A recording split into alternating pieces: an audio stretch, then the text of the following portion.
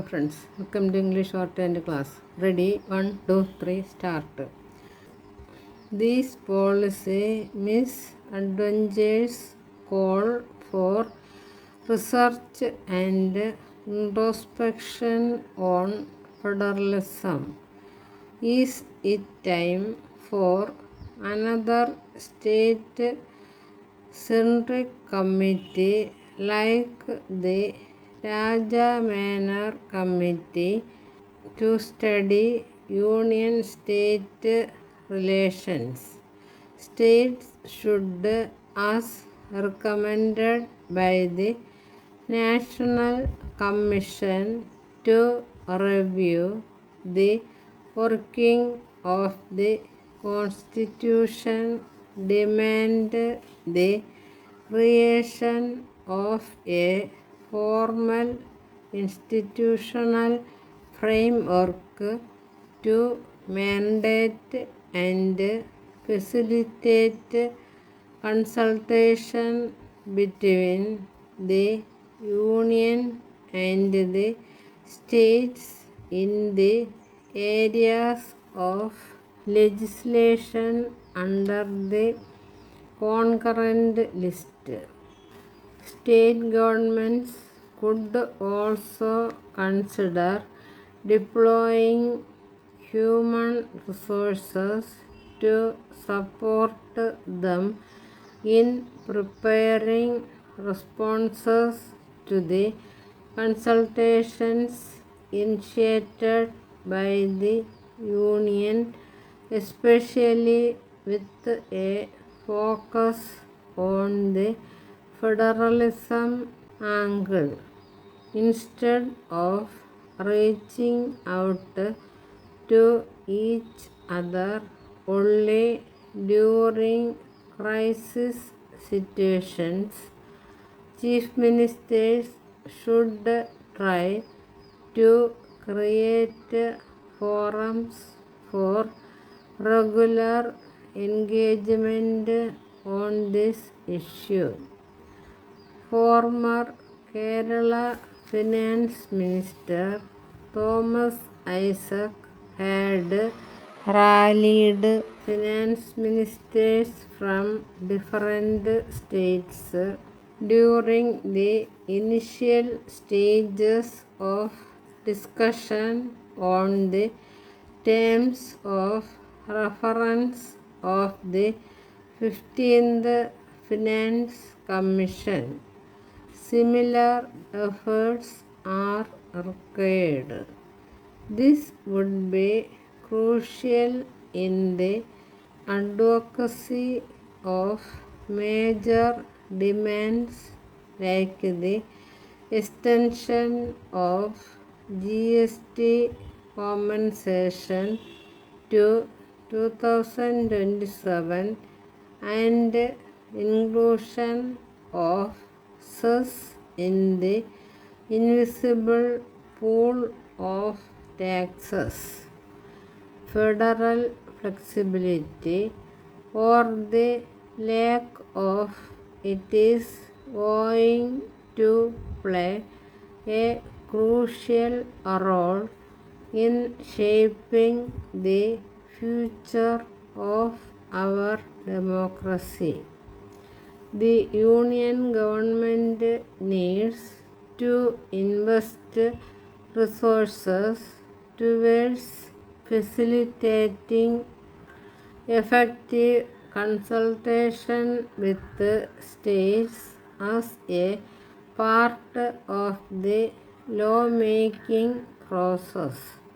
It is critical that the Union establishes a system where citizens and states are treated as partners and not subjects. The COVID-19 pandemic has exposed the stark divide between the rich and the poor. At this juncture, evaluating the state of inequality serves as an eye-opener on the income wealth divides prevailing across regions. Such divides are represented in terms of the share of income wealth among the top 10% of the population against the bottom 50% of the population. With regard to income, the top 10% of the global population share 52% of the total income, while the bottom half survives with a mere 8.5% of it.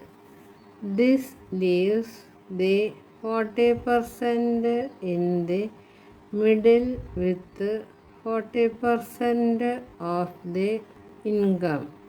This distribution shows the tendency of a rising middle class with lower disparity in income, but it also shows that the status of the poor is worsening day by day. In terms of wealth, the top 10% of the global population own 76% of the total wealth, while the bottom 50% share a mere 2%. The practice of unabated accumulation has been possible in the absence of effective measures of redistribution on the one hand and the absence of measures discouraging undue accumulation on the other. Levels of inequality. This inequality varies across regions. It is moderate in Europe and sharp in Africa. The top 10% have an income share of 36% in Europe. The top 10% with a share of 58% of the total income in West Asia and North Africa. This disparity shows that worsening inequalities are avoidable with appropriate measures in place. The share of income among the top 10% has been varying across regions, indicating that the global picture is an aggregation of the most uneven distribution of income and wealth. While there is an argument in literature that inequalities are a manifestation of the average level of income as explained by the Husnet's theory, the prevailing pattern across countries does not follow the same. The average income levels seem to be poor predictors of the levels of inequality, with high income countries such as the US having higher levels of inequality as against countries such as Sweden, which have moderate levels of inequality.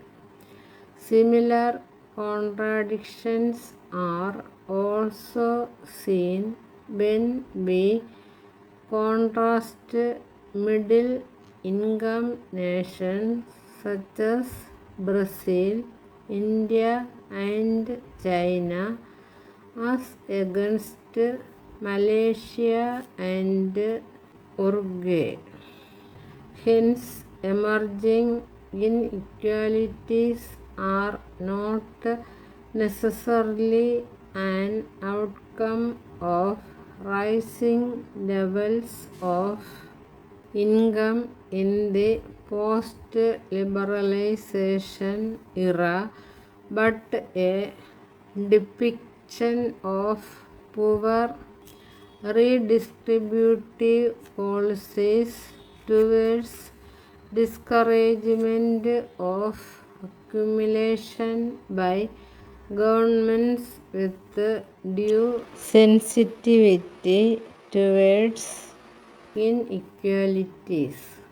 Such a contention is evidenced with the rise in inequalities in the US and India as against a moderate rise in China.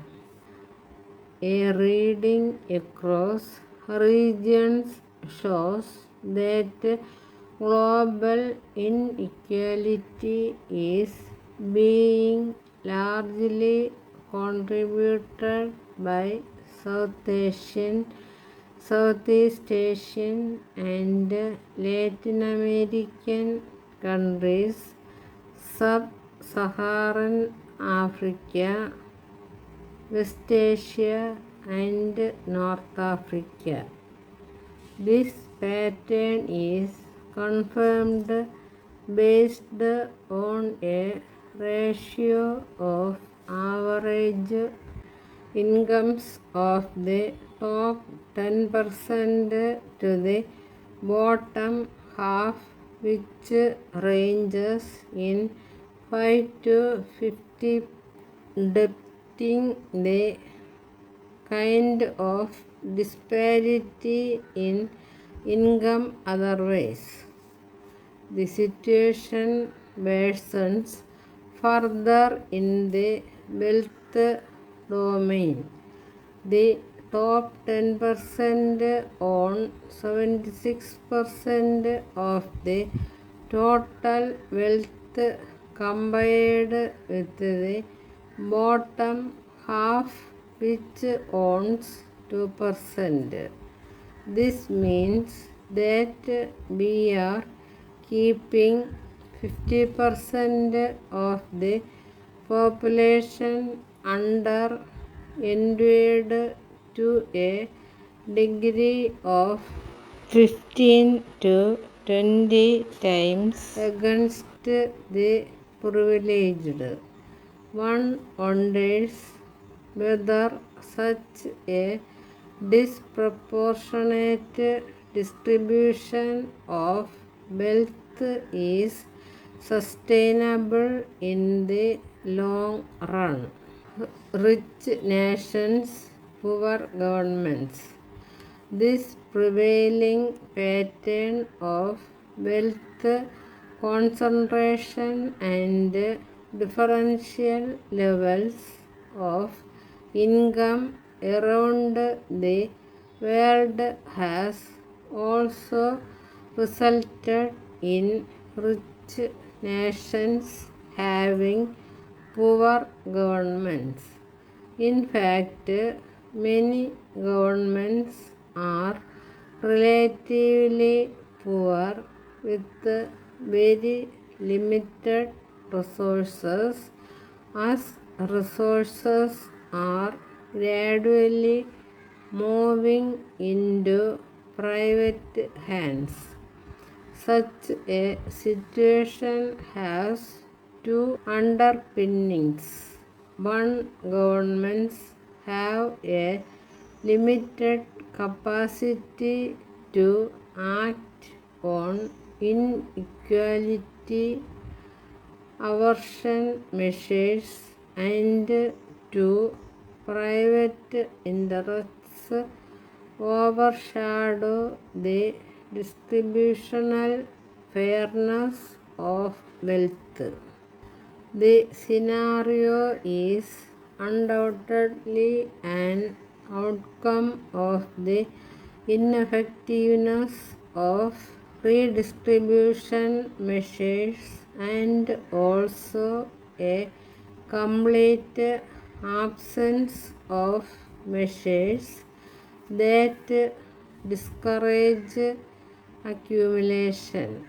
Some additional features of this exposition of inequality also relate to imbalance of women's share in income as well as the ecological inequities indicated by the differential carbon emission levels.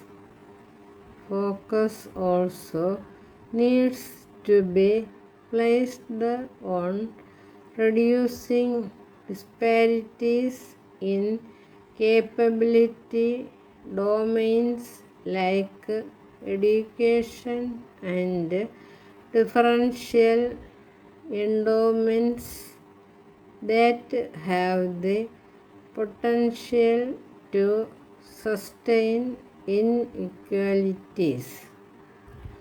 The most unfortunate part of the prevailing inequality is the great homogeneity among the bottom half and the extreme disparity among the top 10%. This has led to an increase in the number of billionaires in the world while billions do not have the means for a decent life.